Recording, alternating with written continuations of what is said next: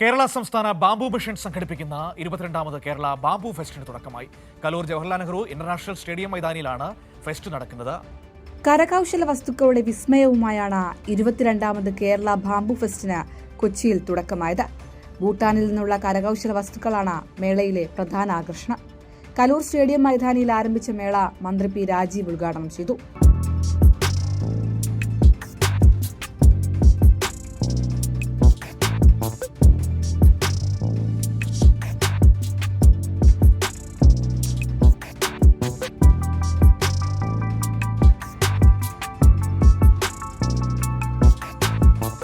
നേരത്തെ ഉള്ളതിനേക്കാളും ഏറെ ആകർഷകമായ വൈവിധ്യമാർന്ന ഉൽപ്പന്നങ്ങളാണ് ബാംബുവിൽ നിന്ന് സൃഷ്ടിച്ചിട്ടുള്ളത്.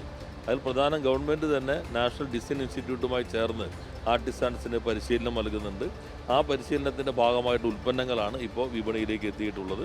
ഇതിൻ്റെ ഭാഗമായി തന്നെ കരകൗശല മേഖലയിൽ പ്രവർത്തിക്കുന്ന ബാംബു മേഖലയിലുള്ള മുള ഉൽപ്പന്നങ്ങൾ ഉണ്ടാക്കുന്ന എല്ലാവരുടെയും ഒരു വിപുലമായ സംഗമം കൂടി ഇത്തവണ നടത്തുന്നുണ്ട്. 200 സ്റ്റാളുകളിലായി കരകൗശല പ്രവർത്തകരും മുള അനുബന്ധ സ്ഥാപനങ്ങളും ഫെസ്റ്റിൽ പങ്കെടുക്കുന്നുണ്ട്. മുള വാദ്യോപകരണങ്ങൾ ഉപയോഗിച്ചുള്ള കലാസാംസ്കാരിക പരിപാടികളും ഉണ്ടാകും. മുളയരി, മുളക്കൂമ്പ് എന്നിവയിൽ നിർമ്മിച്ച ഭക്ഷ്യോൽപ്പന്നങ്ങളുടെ സ്റ്റാളുകളും മുള നഴ്സറികളും ഇത്തവണയുമുണ്ട്. രാവിലെ 10:30 മുതൽ രാത്രി 8:30 വരെയാണ് പ്രവേശനം. കൈരളി ന്യൂസ്, കൊച്ചി.